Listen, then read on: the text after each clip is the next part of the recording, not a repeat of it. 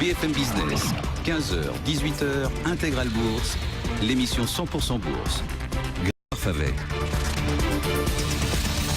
Et c'est Jean-François Bec qui est avec nous pour commencer cette émission, directeur général de Morningstar. Bonjour Jean-François. Oui, bonjour Grégoire. Qu'on retrouve, y compris pour la nouvelle saison, tous les lundis après-midi à partir de 15h pour commenter l'actualité des marchés. Peut-être juste un petit panorama de ce qui s'est passé cet été, petit cours de rattrapage là peut-être pour ceux qui rentrent aujourd'hui, qui reprennent un petit peu l'actualité des marchés. On était à 4600 points quasiment sur le CAC mi-juin. 2 mois après, on est à 4200 points. Là. Exactement, pratiquement 10 points de baisse, 10% de baisse. Alors on se dit des choses qui sont passées, très difficiles d'y voir clair et donc de faire le tri sur les événements qui ont pu impacter les marchés. Des indicateurs, donc quand on regarde l'or par exemple ou le dollar, clairement il n'y a pas eu de refuge en fait de flight to quality vers en fait ce type de placement. Donc on se dit c'est pas. Il n'y a pas eu de panique, on va dire. Pas eu de panique. L'or n'a pas beaucoup monté, voire même a diminué.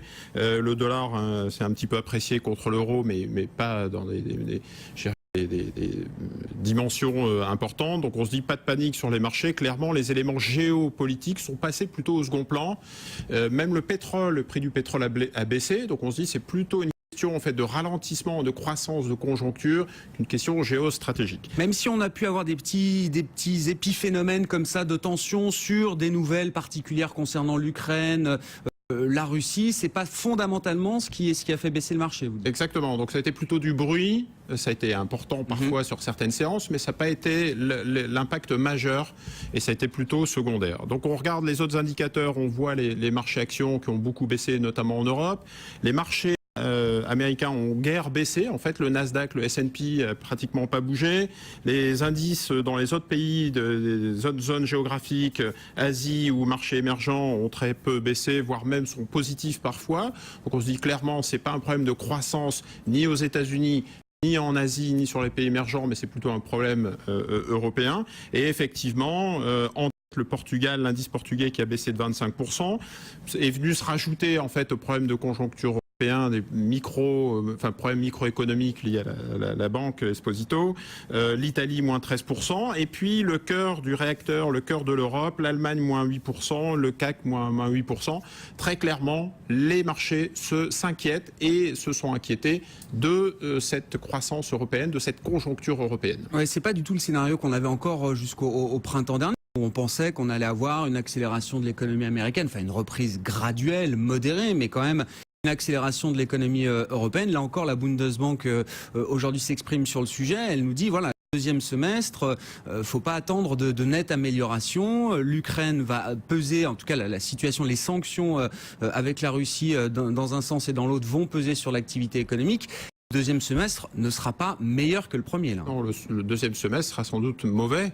Ouais. Même les qui ont tendance à utiliser la méthode Coué en disant ça va aller, vous inquiétez pas, la croissance sera de 1%, sont en train de revenir en fait sur leur scénario et proposer une croissance à 0,5% en France.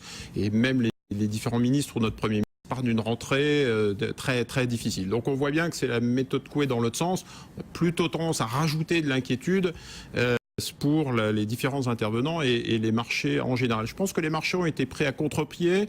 Un marché américain au premier trimestre qui était plutôt mauvais, mais qui se disait en fait la croissance américaine est mauvaise au premier trimestre liée à des considérations climatiques. Mais vous inquiétez pas, on va avoir sur le reste de l'année un rattrapage et c'est ce qu'on a eu.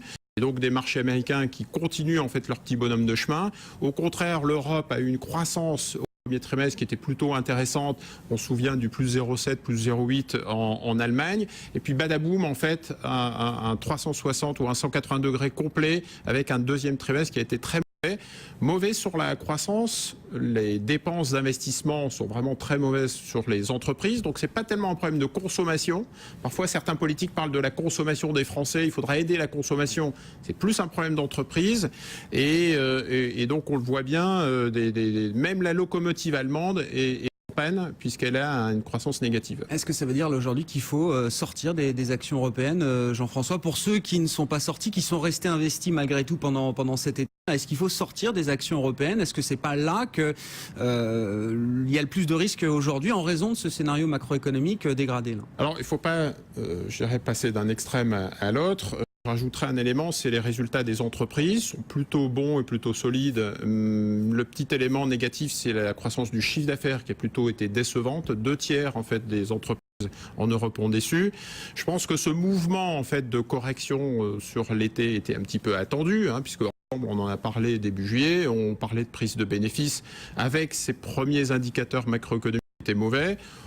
Le mouvement de correction a eu lieu. Aujourd'hui, en fait, on se retrouve dans un scénario de rentrée. Donc là, les mouvements techniques du mois d'août seront par définition des rachats à bon compte, des rattrapages sur certaines valeurs cycliques notamment qui ont été massacrées. Et l'élément de rentrée le plus important, ça sera la BCE et les politiques. Les politiques, pourquoi ? Parce que on le voit bien, la politique française, en fait, qui est un peu dans le cœur du cyclone, la France doit prendre des décisions. Les politiques en Europe doivent prendre des décisions. Et ce qui inquiète les marchés, c'est qu'il n'y a pas de décision prise. C'est ce que relève Moody's dans son papier d'aujourd'hui, en disant c'est bizarre, il n'y a aucune décision prise par le gouvernement français.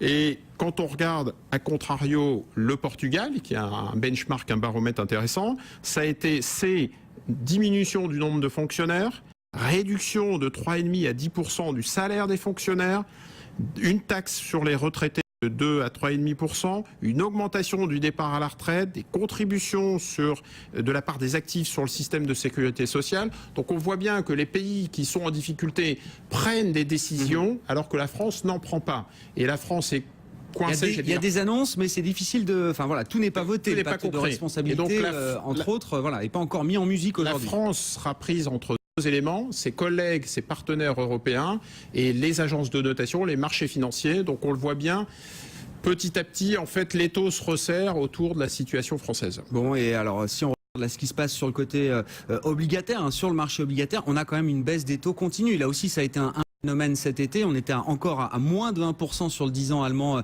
en fin de semaine dernière.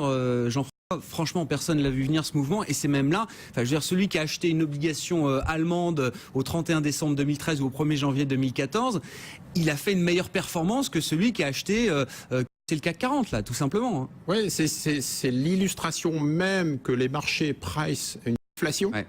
Les marchés pressent une déflation parce que les taux allemands sont en dessous de 1%, les taux à 10 ans sont à 0,99 aujourd'hui.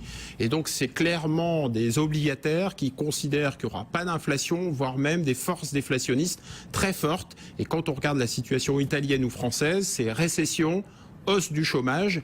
Et on ne voit pas comment ça peut s'améliorer à court terme, puisque... En fait, il y a un effet de momentum, de cercle vicieux en fait qui se met en place, et donc les consommateurs vont pas consommer dans cet environnement, les entreprises vont pas investir, et donc ce scénario à la japonaise de déflation est joué par les marchés. J'allais dire la barrière ultime, la décision ultime sera prise par la BCE à la rentrée, qui devra taper du poing sur la table, prendre encore une fois des décisions extraordinaires, exceptionnelles, pour pouvoir réveiller les marchés et redonner une impulsion. Et cette impulsion... Est-ce que ce sera suffisant ? Est-ce que ça peut être suffisant, Jean-François ? Est-ce qu'on peut avoir des réactions de marché comparables aux réactions qu'on a eues après les annonces de la Réserve fédérale américaine, quand elle nous annonçait ces rachats massifs de titres, de dettes privées ou publiques ? Ou est-ce que la BCE fera forcément dans la demi-mesure, dans la contrainte de son mandat ? Alors ça sera suffisant, comme les États-Unis, si, à la condition d'avoir un relais des politiques par ces politiques monétaires, donc ces politiques budgétaires et politiques monétaires ensemble, et donc ça veut dire gain de compétitivité pour les entreprises, plus diminution des dépenses publiques. C'est-à-dire que la BCE ne peut pas tout toute seule, il faudra que les politiques européens prennent leurs responsabilités pour relancer la croissance tant attendue. Bon, et concrètement, là, ça veut dire quoi ? Si on rentre de vacances aujourd'hui, il faut se précipiter pour racheter à 4200 points, ou est-ce qu'on attend justement quelques semaines là d'y voir un peu plus clair, notamment sur les annonces de la Banque Centrale Européenne? Alors si vous êtes un investisseur spéculatif, 10% de baisse sur des valeurs ou 25% de baisse sur le Portugal, c'est un signal d'achat, c'est clairement intéressant pour jouer ce rebond technique au mois d'août. Si vous êtes un investisseur prudent de long terme, faites attention, parce qu'on aura encore donc d'autres mauvaises nouvelles, vous en doutez, à la rentrée, sur cette rentrée très agitée. Et donc on a des prix d'achat et il faudra se concentrer sur les belles valeurs. C'est ce qui fait que ça a plutôt bien résisté cet été. Des grandes valeurs internationales. Donc fini les cycliques. Fini les cycliques. à moyen long terme, l'investisseur de long terme peut se concentrer en fait sur ces belles valeurs défensives, santé, etc., etc. Par contre, l'investisseur spéculatif, en day-to-day, j'allais dire, le day trader, pour s'intéresser à des cycliques, il y a des affaires à faire dans ces mouvements de marché très clairement. Les valeurs qui ont le plus corrigé effectivement dans cette phase de correction. Merci Jean-François. Jean-François Bay, directeur général de Morningstar sur BFM Business.